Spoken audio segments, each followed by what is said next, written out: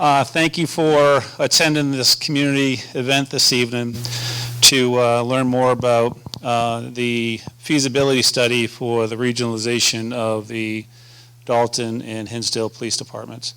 And this is, a discovery, exploration, learn about opportunities, especially with a lot of the changes that happen at the state level around police reform, and that has like unfunded costs that come down the towns. But I'm going to hand it over to Mr. Hutchinson to give a little bit more background, and then we'll go from there. And Mr. Bishop should be joining us here in a moment as well.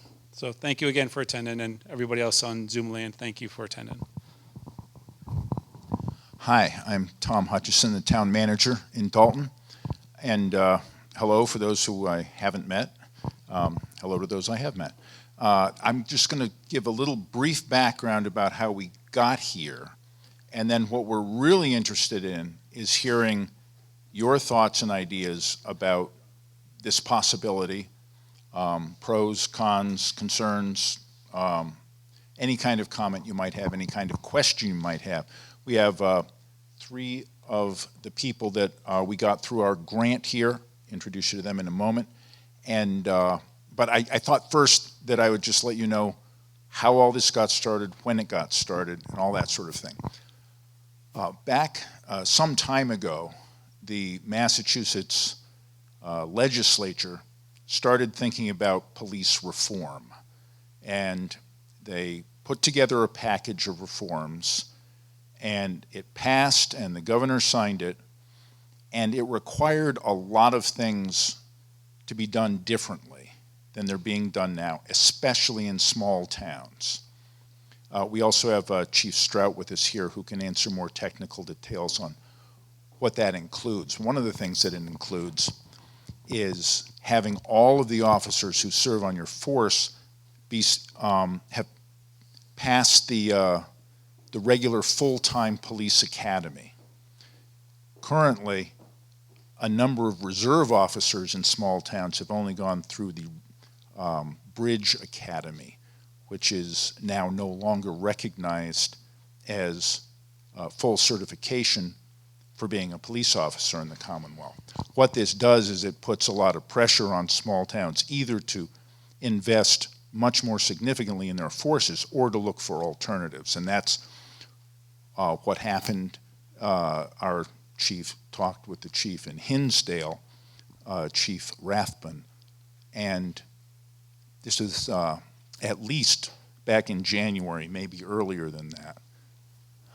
And in February, early February, I got a note saying, hey, we've been talking, we're thinking maybe there might be some possibilities for interdepartmental merging or some kind of option so that Hinsdale would have proper local police serving their community, maybe in conjunction with Dalton. There was the opportunity to apply for a grant, to have a study done, which I did, put it out to bid. These folks from Municipal Resources, Inc. Responded favorably, and we selected them as the people to do a study on the staffing, the organization of the departments, the finances of the departments, any equipment needs that they might need. So we hope to come out of this with a really good understanding of what some kind of regional system would look like, what the options for that are, and be able to take that to our town meetings maybe this year, maybe not this year.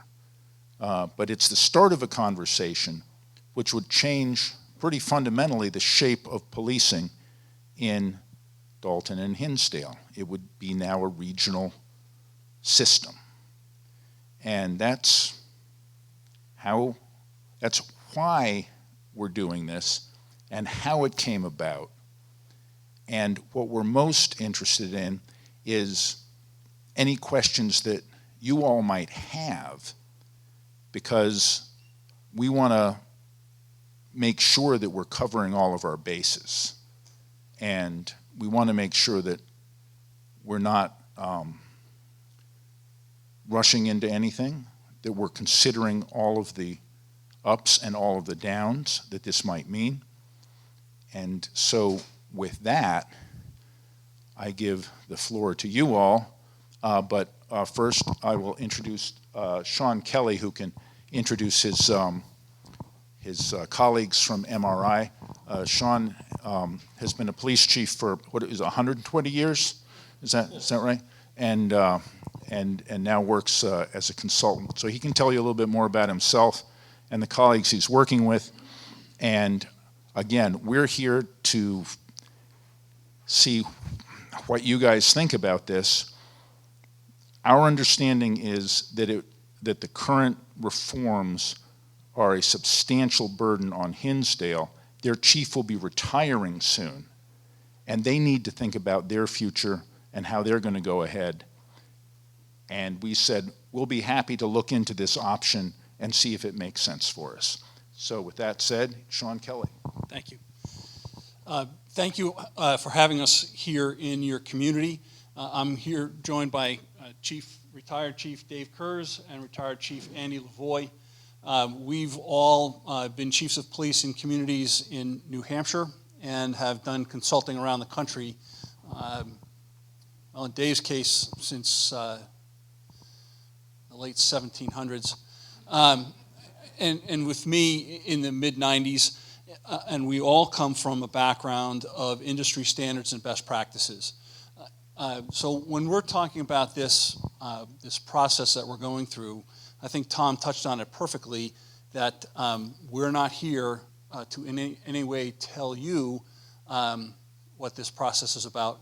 We're here to listen to you and hear your comments, your concerns, your suggestions, your vision for the future of policing potentially in Dalton and in Hinsdale.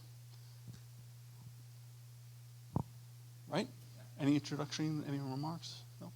Okay, so as Tom said, the floor is yours. Please, you're not going to hurt our feelings. If there's something that you think that we should hear, and even if it's harsh, let us know, because we have to hear what your honestly and heartfelt feelings are about this. Okay? Sure. Can you share a little bit about the process that you go through on your review on how you kind of look at the operations of Dalton and Hinsdale in that discovery process? Did everybody hear what the question was? Okay. So we started out now almost a month ago with a ridiculously long request for documents from both police chiefs asking for historic data over the last several years of how the police department's running in terms of what are, and I'm making this up, how many cars are you stopping? How many calls for service that aren't law enforcement related are you responding to each year? What does your work schedules look like? What's your population look like? What's your most severe type of call for service that you typically respond to? Budgets and so forth. Now, we've had an opportunity to look at some of those documents, not all of them. The team here will assimilate those for both departments and kind of, the melting pot theory that they're going to take a look and see what that would look like if there was a combined law enforcement agency for both communities. What could both communities reasonably expect the next foreseeable future be in terms of law enforcement and police services under a combined system? We're here this week for the purpose of hearing from the residents and the police officers in both communities about what their visions are, what their concerns are, what they think might be the hurdles that have to be overcome throughout this process. And in this case, obviously we're meeting with you. And shortly after this meeting, or immediately after this meeting, we'll be meeting exclusively with the Board of Selectmen here. After that, we'll be meeting right in this spot with the people from Hinsdale, offering the same opportunity for them to come and talk to us about their vision, their questions, their concerns, and then with their Board of Selectmen. And then over the next several weeks, we'll be asking for additional documents, we'll be conducting additional interviews over the phone, and then drafting our report about what we've heard and with some options and discussing the things that you've told us about your communities in terms of law enforcement and police services. And then we'll develop some options for the communities to consider based on industry standards and best practices. Good? Okay? All right. So the floor, again, it's yours. Please. I'm gonna pick on somebody. Chief Strout, do you want to say a few words? And or Chief Rathbone?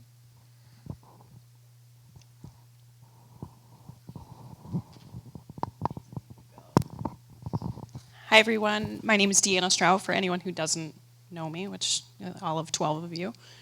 I'm happy to answer any questions. I know there's a lot of questions about operations and things like that. We just don't know those things yet. This is the very beginning of the process, and I think there's a misunderstanding out there that people think we're farther along in this than we are. We're not. It's like the infant stage right now. We're learning and meeting, to do the study and get some information. And to piggyback on what Tom said, the reform bill, is good as some of the intention is, it's an unfunded mandate, and we have to do these things, and it's causing a lot of difficulty for us to hire and other departments to hire. It's everywhere. It's not just Dalton, Hinsdale, it's Pittsfield, it's the state police, it's everyone is facing the same staffing challenges. So this is kind of an outside-the-box thought process to address some of these staffing issues that everyone is having. And if we can pool resources and work together and give the best service we can to both communities, I think it's a win. But again, we're just learning and getting the information ourselves. So we really don't know anything either, but I'm happy to answer any questions or concerns that maybe people have and maybe put some misinformation to rest if I could. I'm happy to do that as well. Anyone? I'll give you back the mic. Come on, you have a question. Please. You've got a question. Thank you. Hi, Richard Hall. For people that don't know me. I had two questions this morning that cropped up. Was if you merge the two from a financial point of view, and this probably get answered later, does that mean it costs which town more money? Which is a basic question. And I was thinking of another question which just popped up. If I get a ticket, who do the funds go to? Because it depends which town I'm in, I'm guessing. I'm sure there'll be some more questions. Sir, just like when the state police would write you a ticket, it goes to the town the ticket's written in. Okay, thank you. You guys want to address the first part of that?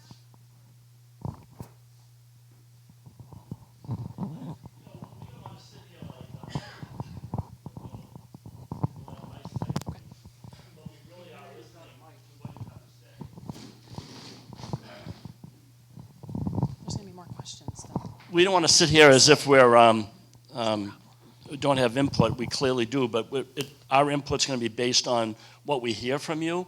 We certainly are more than capable of building a model and making recommendations and then alerting the town to think of these things if they're going to enter this arrangement. We're not saying it's good, it's bad. There are best practices out there nationwide. This is not a new thought process, but for us, to a certain extent, the easy part is to design what a police department might look like were it to serve both communities. The difficult part is some of those issues you were talking about. The simple thought process of, well, what town do you get it in? As the chief has answered, if you got the ticket, who pays? Who do you complain to if there is something that you don't like? Things of that nature are all the nuances that we are going to alert you to that you'll have to work out. We can't do that for you, but these are things that we hopefully will think about preemptively and offer that some solutions to some of these things. That's why we're hoping to hear what we just heard tonight. It was a perfect example of the kind of thing that we're really hungry to hear, so that we can, address it. And I'll add just a little color to that, and just some research I've been doing on the different models, because that's going to be one thing that we have to figure out is what's a financial model look like? Is it a services agreement in which Hinsdale pays for those services and those funds come over? One thing we're going to watch real closely from where I sit is making sure Dalton's not paying more for what we're doing today. We should be, the cost should be cost neutral. It should be some maybe possible savings. How does the operation really, work? There should be a standard level of service level agreement between the towns from I'd say the primary service town back to the one that's receiving those services. And what does that financial model look like? So all that needs to be evolved over this process. And I think that some of the other data that you're looking at is the budgets and the costs and the salaries, and how does that look, and then what does that financial model look like at the end? So I hope that answers your question, Richard. Okay, great. And I know I'll have an opportunity later to ask my own personal questions, but I think the number one question I've been asked is, what's this going to cost the town of Dalton? And I think we've been, over the last couple of years, been pretty good as far as increasing the budgets and catching up for where we need to be. And people, I think that's the number one concern. What's it going to cost the town of Dalton? What's it going to cost the taxpayers? So I think that's probably the number one concern that I've heard, and I think we need to keep that in mind. And I do have some other stuff, but I'll save it for later.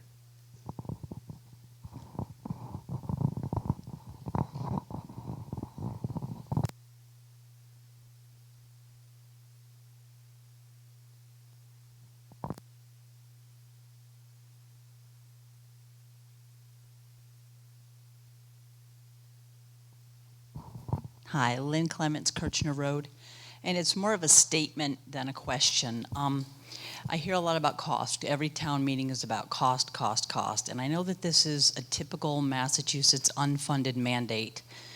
My statement is that as a taxpayer, as a homeowner, I don't care about cost. If it costs us more money to send officers through the academy and get them back and keep them, so be it. If it means we don't merge, so be it. This comes down to officer safety. If we have to spend more money to have more officers, God be it. Keep them safe, keep our officers funded, keep our department funded, keep Hinsdale funded. If we have to spend more money, if we have to merge, then do it. Let there be due diligence. Let Deanna do her research. We're in the infancy stage, like she said. Let them do the work.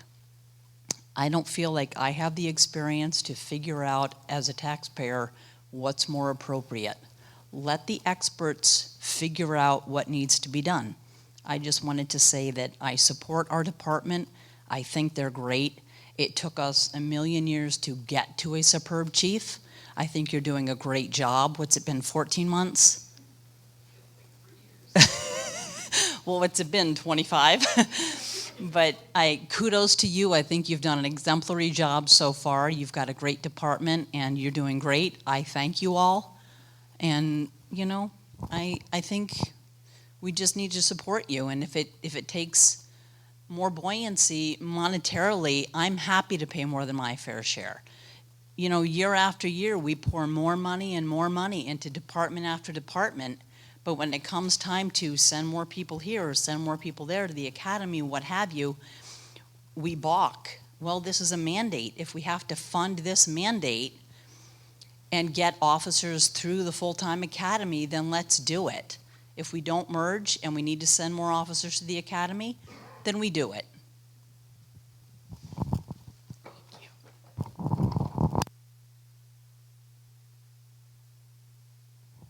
Thank you, Lynn, for those great comments. And one thing to add to that is that from a Dalton perspective, we're going to fully fund our police department based upon the mandate. I think Chief Stroud has some creative ways of navigating through those waters. And really, this is an opportunity in which Hinsdale leadership leaned in and said, hey, we may want to think differently for our department. Could we have a conversation around a merger? And our leadership leaned in and said, let's start that conversation. And then the grant came through for the study, and that's really where we are. So, complete support for for the department. I think Hinsdale supports their department too, but it's like, how do we, together look at these financial strategies that could benefit both towns in the long run. From my seat, if this is not a win-win, I would, be opposed. It has to be a win-win at the end of the day. So, any other questions? Anyone from the audience? Mr. Boyle. Just to keep the discussion going, there seems to be a dearth of specifics here. Thank you. I don't think I need a microphone, but anyway. A specific question. Is the Hinsdale Department a unionized collective bargaining unit? No. Okay, right off the bat, I see issues with that issue because Dalton is. So we got half of the force that is non-represented by a union and the other half of the force that is represented by themselves, I would guess. So that is going to be an important consideration in any merger. And I hope whoever is going to consider this considers that. And even if Hinsdale was a union department, would the two unions merge? But then you're going to deal with the seniority issue, which is a very sticky issue when it comes to unions, seniority. And that will be an issue in this whole process, whether Hinsdale is union represented or not. Seniority and how the two forces merge together to be one operational unit. I just asked the folks that are considering this, what is being said here tonight, take that into consideration. Thank you.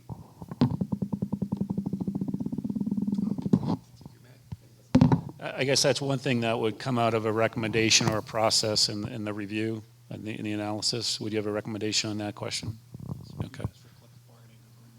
Okay.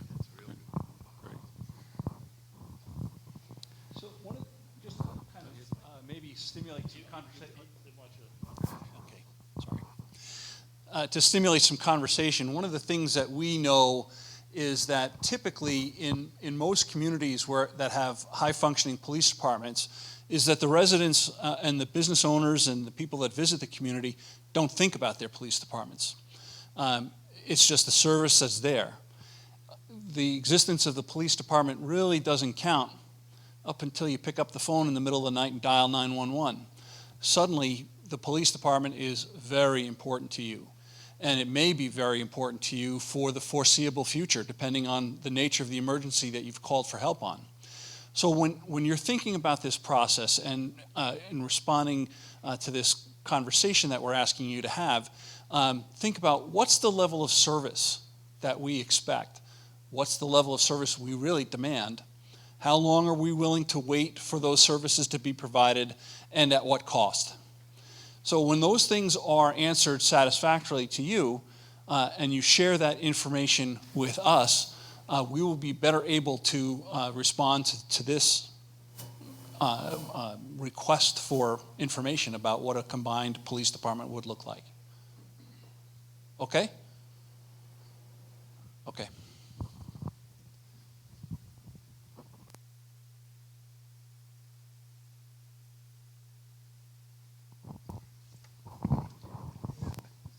So I guess in answer to that sort of question, if you put both forces together and middle of the night, how do we have different populations and different areas? So how would that work from the point of view the officers being in different parts of the two towns? I don't know. Just as someone pointed out, you guys are the experts. But, if you've got 3 officers covering the 2 towns, how does that affect response time in the different towns. That would be a question. And I'm not opposed to merging the two. I was just asking the question financially because I'm sure that's what everyone else is asking as well. So that was my question down to that.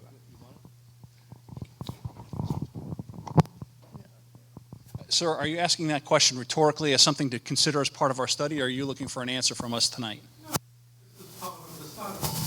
Because Hinsdale is a totally different area to what Dalton is. That's right. And we ask about geography. We look at mapping.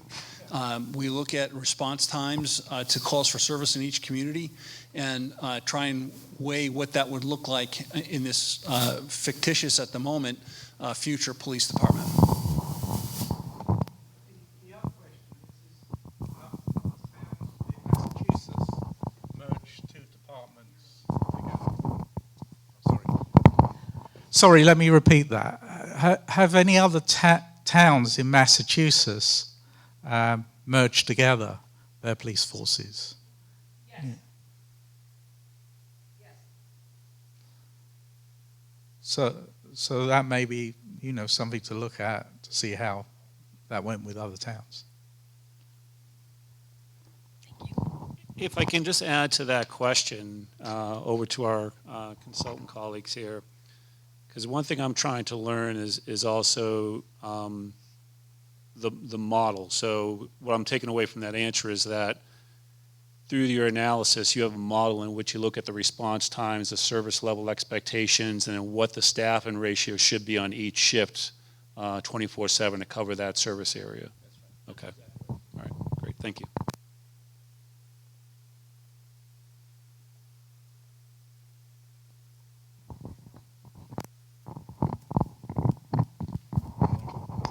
Scott Clements, Kirchner Road. I, for one, would think it'd be beneficial to merge the departments if we could have some better response time coming down off of Kirchner Road right next to the Hinsdale line. I just know getting 2 units out there where we live takes quite a while. So. Thank you, Scott.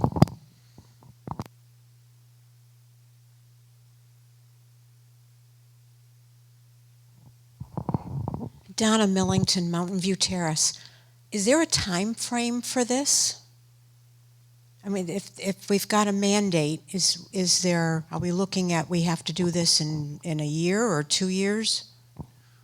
Well, let's answer part of that question. We have a mandate from the police reform, which impacts all towns across Massachusetts. We don't have a mandate to merge. That's just an option that we're looking at. And the timeline of that, I think I'll defer to you guys defer to Chief Strout on the timeline. How about you tell us the timeline of your study, and I can explain a little bit more on the reform time. What I had mentioned before was that we will get a lot of options back from the study, things to consider, policies. You need to decide whether you want things to go this way or that way. That will affect the finances. So it may be that everyone comes out of this thinking, oh, this is a great idea, let's do this right now. It may be that there's so much complexity and so many different opinions that people may say, well, it sounds like a good idea, but we really need to iron all these things out first. So that will take as long as it takes. And of course, both towns will have to vote it at their town meetings. They'll both have to adopt annual budgets at their annual town meeting for whatever costs this takes. So there is no timeline for the project. There's a timeline for the report for the study.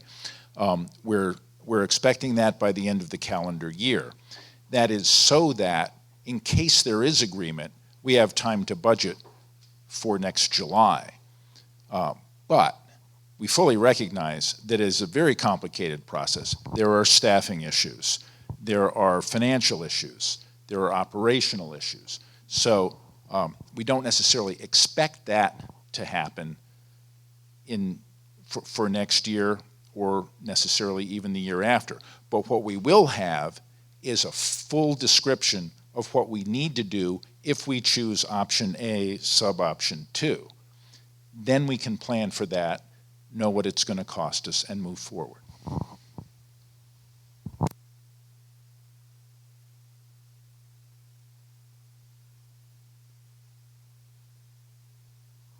I just want to echo what Tom said.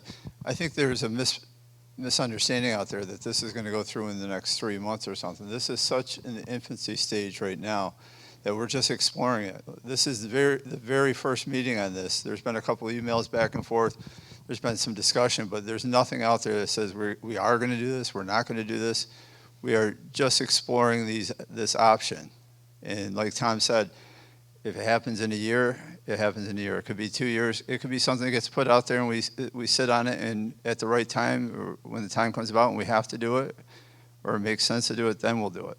But I know online, on Facebook, and in the groups and stuff, there's chirping out there that this is something that, how come nobody's heard anything about this? It's because this is the first meeting. This is where we're getting input. So this is the very beginning of this.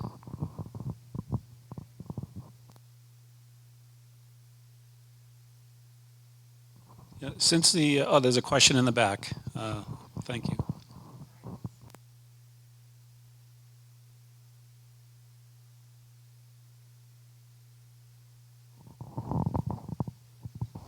Cam Cachet, Flansburgh Avenue, Dalton. With the turnout that's here and the voters that are in town, it's disgusting. Would you be better off sending a questionnaire or something to every voter in town by mail so they can return it? Because I think some people don't want to get up and speak in something like this, but would send a questionnaire to them through the mail. Thank you. I think that's a great idea. Not sure what other models you've used in the past, but similar to what we did with the discussion around the proposed Rotary, we got a lot of resident involvement in that question as well. So the more engagement, the better. So let's bring that up, Tom, if we can, on the select board meeting, how we may be able to do that and what the best model is to do that to get that engagement level. But absolutely great idea. I do want to ask another question of our consultant colleagues, because one of the purposes of gathering the community is to learn more about what does this mean, right? I know the board's been very engaged, but the community is kind of the first time hearing it. Can you share from other towns, like 1 or 2 benefits that you learned through the process and that the towns actually achieved? And then maybe 1 or 2 complexities where towns may have said, not for us. So.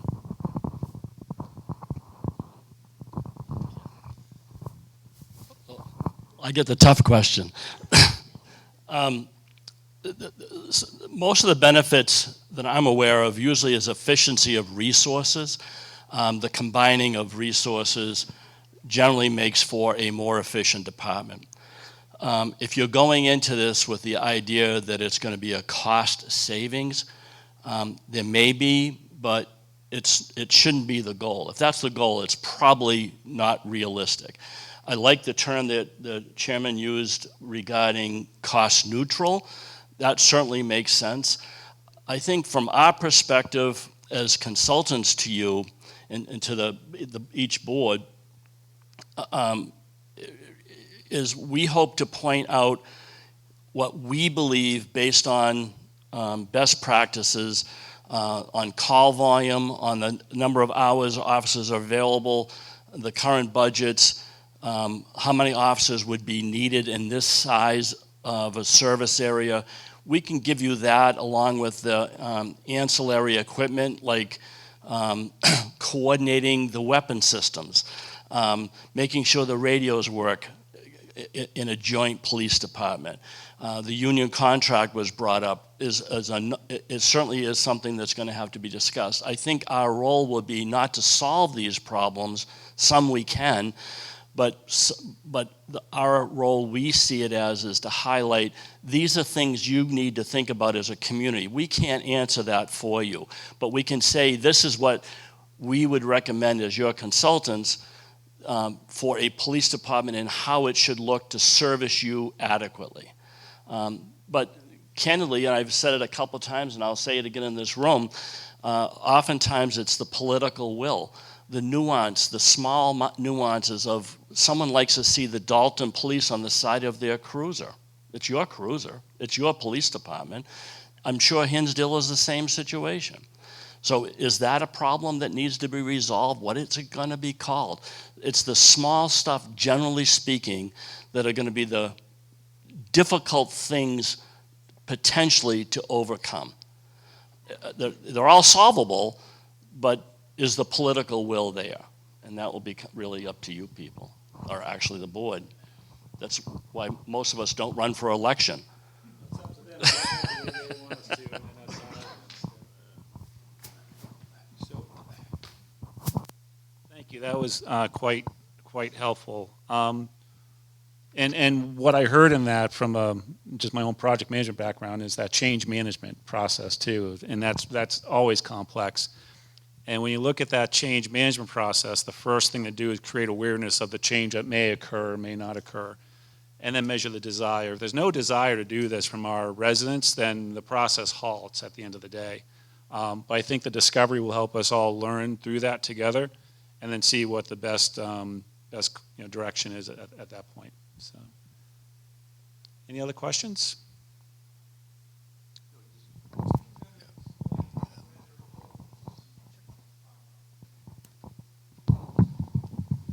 Thank you for bringing me back to that. So the reform bill has already been passed. We are already in compliance. Hinsdale's already in compliance. The difficulty right now, for 3 years, anyone that is a reserve or part-time police officer has 3 years. So the first year is already done, and that was any officer with the last name starting with A through H has to attend the Bridge Academy. Once they complete the Bridge Academy, they now are full-time certified. Now this year, July 1st, anyone I through P, last name with that, they have this year to go. And then they're considered full-time. And then the third year will be the last part of the alphabet. Once those 3 years are done, that Bridge Academy window has closed, and every new hire for the police departments have to go to the 6-month police academy. All of my full-time officers have been to the full-time academy. That's not an issue for us. But new hires, right now we hired an officer in February, and some people, I apologize, have heard this story because it's pretty stressful to us. It's 17 months before we will see that officer on our street because we don't have local training. We had to wait. She couldn't get into the academy till this coming October, so February to October. Then it's a 6-month academy, and then she has to do field training to be able to be on our street. Small departments can't wait 17 months for a police officer to be hired and trained. And this is going to be the staffing challenge. Not today, not even in 6 months maybe for Hinsdale or any other department. It's that 17-month gap that we have to fill when people leave. So this is what we are kind of looking at the long game right now. We know right now, today, both departments are stable. That could change next week. When one leaves and you have to hire someone new, they have to go to this full-time academy. It's an expense for small towns. We've always done it this way, but it's an expense and it's a very lengthy time frame. So this is why we're exploring this, just so we can all understand how difficult it is to hire and staff a police department. Retention is extremely difficult right now. People don't want to be police officers anymore. The numbers are so far down that candidates are hard to come by. So these are the struggles that we all have, and I hope that's a little bit more informative of what we're dealing with. Thank you, Chief. Mr. Hall, all set with that? Okay, great. We're at time right now, but I just want to check with the board. Any more questions, Mr. Bull? You had a question? I just want to point out one thing.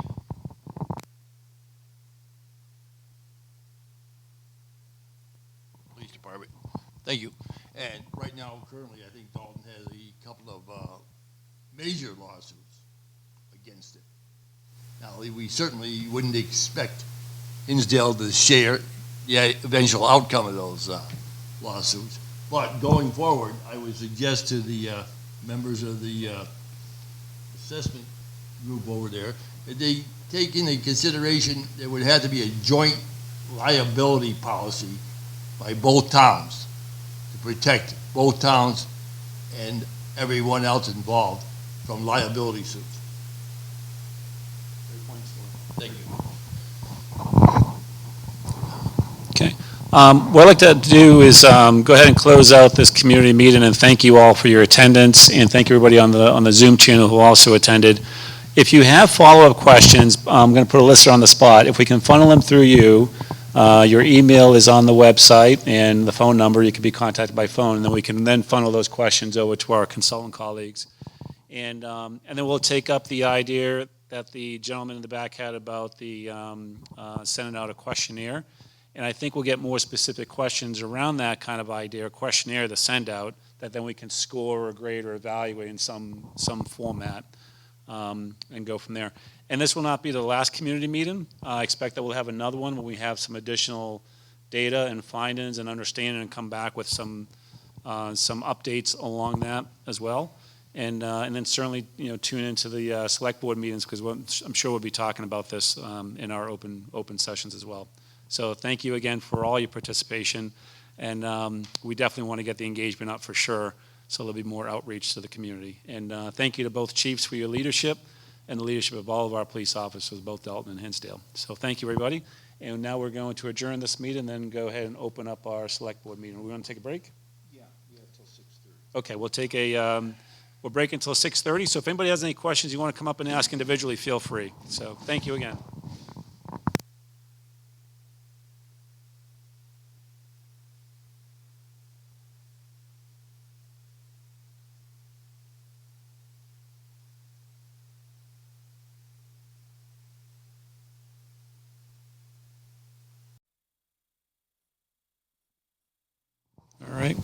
All right. Good evening. I'd like to go ahead and call this meeting to order.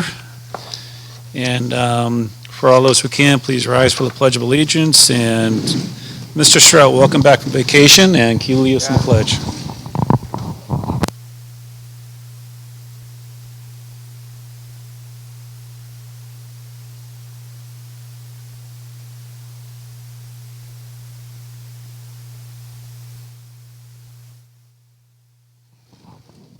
Great, thank you. Brittany, roll call? Here. Here. Here. Present. Here. Great, thank you. It's time for the public address to the board. This is a time when the public may address the board on any item listed on the meeting agenda or on any issue or matter of the town. If you intend on addressing the board at this time, we ask you to do the following. Please identify yourself by name, address, or the company institution you represent. Public address to the board segment will last no longer than 30 minutes. Please make your comments concise and try not to repeat statements made by others. Please address your comments to the board chair. Discussion or debate on any issue may not take place at this time. The chair or the designee may answer questions on procedural matters. Please be cordial and respectful of others. If anyone wishes to be recognized when the board discusses an agenda item, please make that request at this time. The board chair may grant this request, address comments to the board chair, and be concise. We are meeting in person and making this meeting available via Zoom for the convenience of the public. Since we are meeting in person, we will not be responsible for any technical difficulties, so if you'd like to be sure of participating, please try to attend in person. Thank you. Anyone wishing to address the board? Anyone on Zoom? Seeing none? Okay, number 5, the police regionalization study discussion. Mr. Hutchinson. Yes, this is...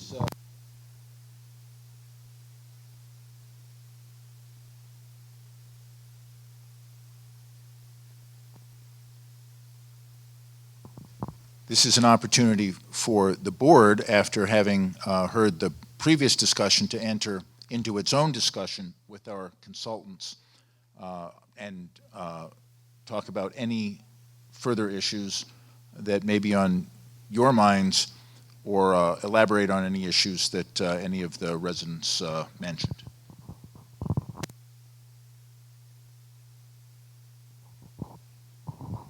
Mr. Bishop. Yeah, I would like to ask our consultants, some of these police departments that have merged, can they send us information on how it went and what they did to do that, so we could study it? I think Chief Strout has gotten a couple of the,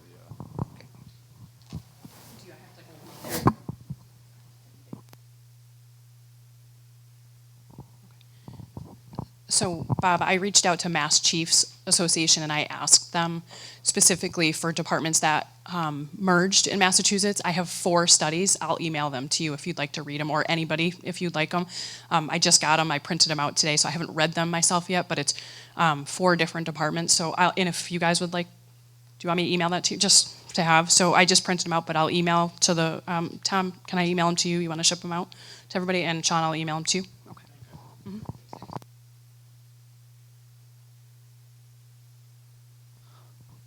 So I'll just echo Mr. Strout's comments from earlier. Certainly interested in, well, maybe this was Mr. Divers' comment as well, cost neutrality. I certainly don't want to see regionalization costing our town more resources. If that were to be the case, I would certainly, I know that the cost of running a police department in the 21st century is only going to increase. So I'd rather take those funds and invest them in our own force. That being said, I have an open mind and I'm open to cooperation between the 2 towns and to see what's possible. But I certainly am in favor of cost neutrality and obviously don't want to see a decrease in service. So we'll see what the findings are, but those are just a few comments.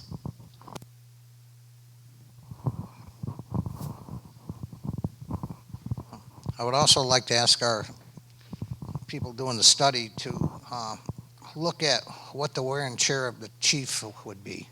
I mean, I don't want to see her become a Stretch Armstrong doll and pull in so many directions. I mean, a chief's job is extremely busy, so I'm looking at overload for her.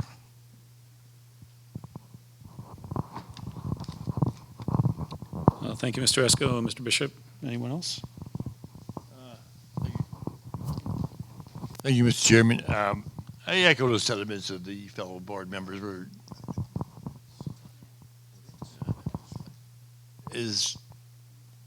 I don't even like the term cost neutral because it implies then why are we doing this? For increased efficiency would be the answer, I would think. And I think right now the Dalton Police Department, with its full-time, fully trained police force, is acting very efficiently. Now, we'll be taking on the burden of a neighboring town, however nice people they may be. The department is, manpower is, some of them are untrained. They are unrepresented by a labor union.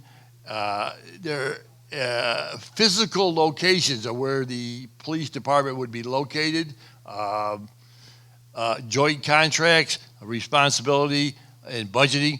There are just a score of complexities that would have to be at least addressed before we could even give this issue serious consideration.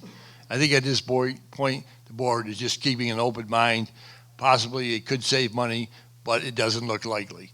So it's a wait-and-see game. And when we had the recommendations of the distinguished gentleman over here, the consultants, hey, we'll take a harder look at it, with, as Joe said, with more open sessions to the public and more deliberations by this board. Thank you. Great comments.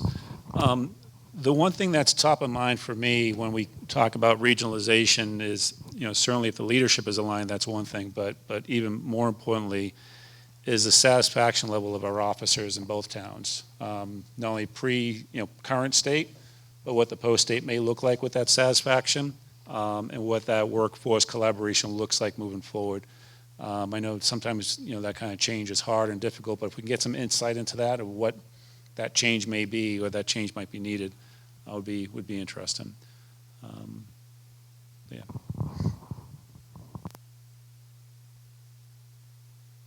Any other questions from the board? Let me turn it to you folks. Do you have any questions for us?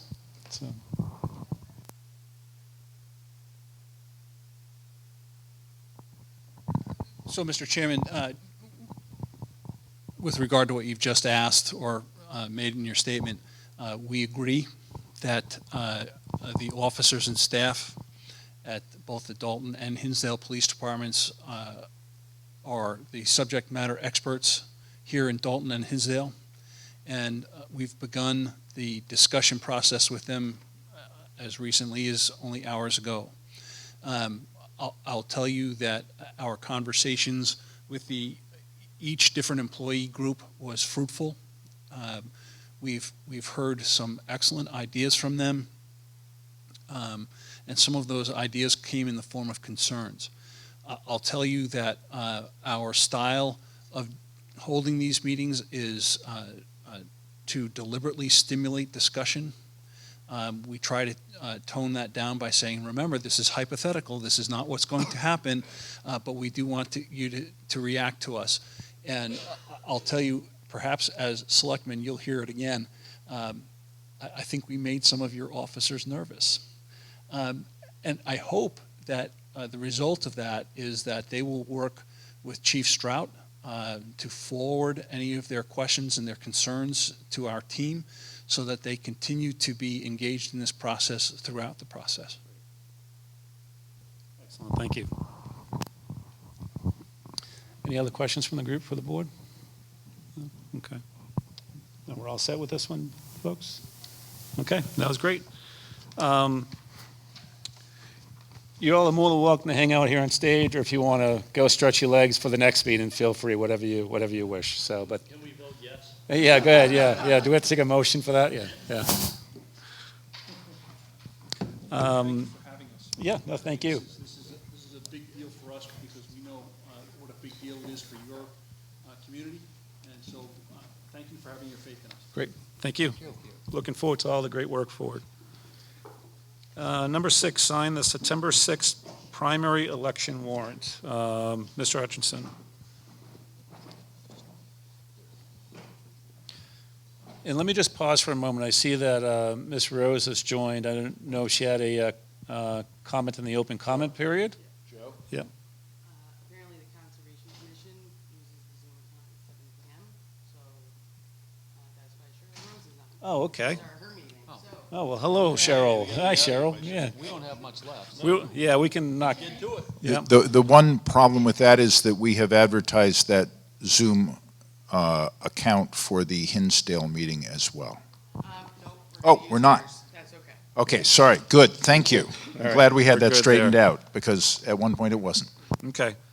We should be able to knock through these things pretty quickly that are on the agenda if we could, we should be done very soon. Okay. So number 6, sign the September 6th primary election warrant. Ms. Hutchinson? This item was forwarded to us by the town clerk. This is the warrant for the state primary that's happening in September, on September 6th, Tuesday. And the town clerk requests that you sign the warrant for this state primary election. I make a motion to accept and approve the voting for September 6th, 2022. Motion second. Any discussion? Quick question. Ms. Boyle? What's the hours on the election, so we get it out to the public? Be 7 a.m. to 8 p.m. 7 a.m. to 8 p.m. Long day. Any further discussion? Hearing none, we have a motion second. All in favor? Aye. Opposed? Abstentions? Motion carries. Do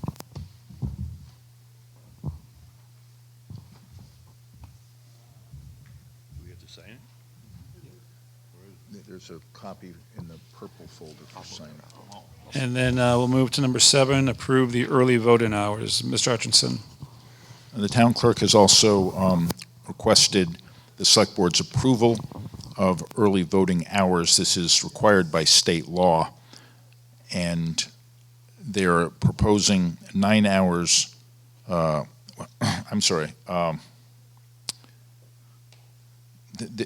we're required to be open only 9 hours, but they thought that they would make the voting possible during most of the hours that they're open to make it more convenient for people.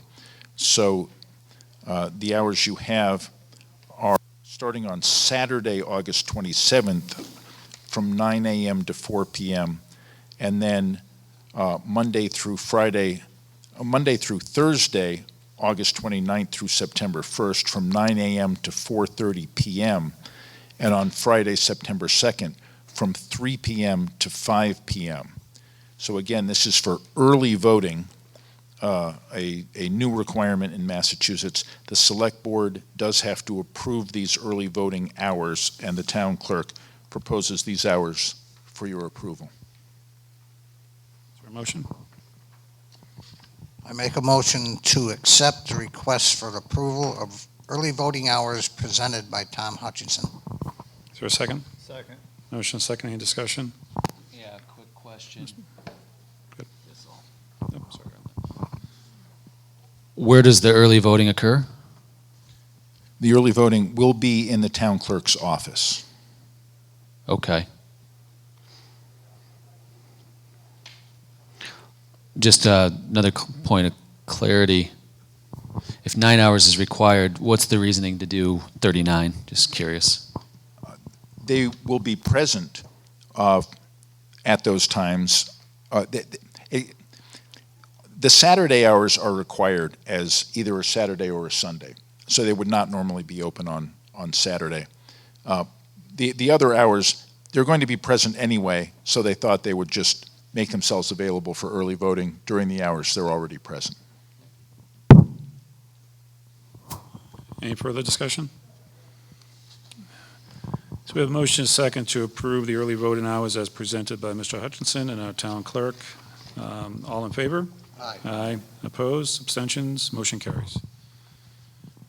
Moving to number 8, the amendment to Dalton Highway Cemetery Association contracts. Mr. Hutchinson? Yes, with the flurry of contract negotiations, one highway employee was listed under the wrong step. You have before you the corrected numbers, and I ask for your approval of those corrected numbers. Is there a motion?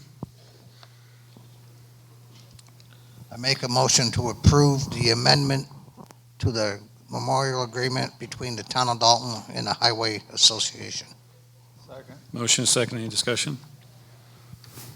Hearing none, all in favor? Aye. Opposed? Abstentions? Motion carries. Number 9, town manager update. I had been planning to have all of this business squeezed into the last 5 minutes of a dynamic and vigorous discussion. So what I have done is I've actually printed out a packet for everyone because there's a rather long report, and I'd like to hand that out now. And I can read the report if you like, or I can hit. Oh, Alyssa, thank you. I can. Yes, that's good. It's long. There's quite a bit on the special town meeting, and there's quite a bit on the Walker Brook grant proposal update.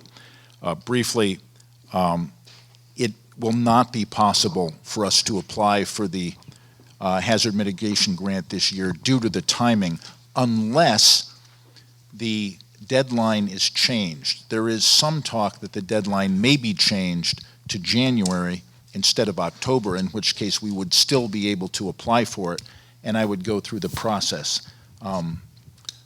I've begun to prepare an invitation for bids for that, but until we get the results of the study, we will be unable to publish that. Right now, we're not expecting to get the results of the study until the end of September, though I've asked if it can be moved up a month. Even if it were moved up a month, we would not have time to publish the invitation for bids and have an engineer actually work on the project sufficiently in order to submit a reasonable proposal.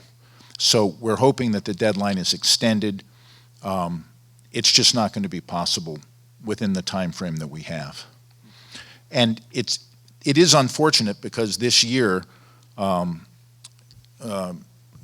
COVID mitigation money is allowing the state to require only a 10% match instead of a 25% match, which is usual for this grant program. That will most probably not be available next year. But at this point, we simply don't have the time to have a bid process. Hey, Tom, if we can take 2 minutes and just update the board on the town hall renovation, because I think the work that you, Pat, and John Barry have completed over the last few weeks has been excellent, and I think we're getting closer to what that looks like. Yes, that is one of the things that I did not cover in the written in the written update. It is covered indirectly because there is a proposed cost under Article 2 of the special town meeting, proposing to add $174,588 to the borrowing authorization for the town hall renovation project. We did get new numbers from the architect. The building superintendent came up with much more refined projections of indirect costs, and that's how we arrived at the $174,588. That does include contingency money. It, could be rounded up, but those are the numbers we have, so that's what I'm presenting for the necessary added borrowing authorization. And it's important to get back to me with any comments about any of these things as soon as possible, because I'm hoping that the board can sign the warrant for the special town meeting at your next meeting on August 8th. So I would like to have all questions and concerns resolved by then. Seems like we would have to, because the timeline for, was it 2 weeks we have to sign ahead of time? Yes, and that does not give us enough time for August 22nd. That pushes it to August 29th. Sounds like a plan. Great. Any questions for town manager? Mr. Boyle. Tom, just on your next update on the 8th, can you tell us about the status of Gulf Road? Yes. You have to do it now. No, it's wait 2 weeks. Yeah. The other thing, the status of the Biden property disposal. Yes, the Barden property is. No, this is, I'm asking yeah. for this for the 8th.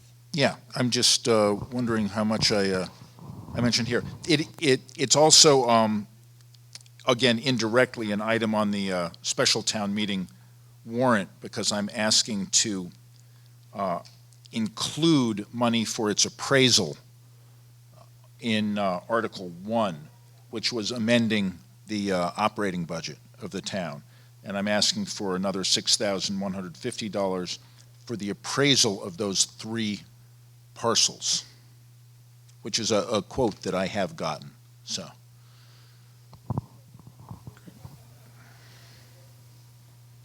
So we'll add Gulf Road to the next agenda.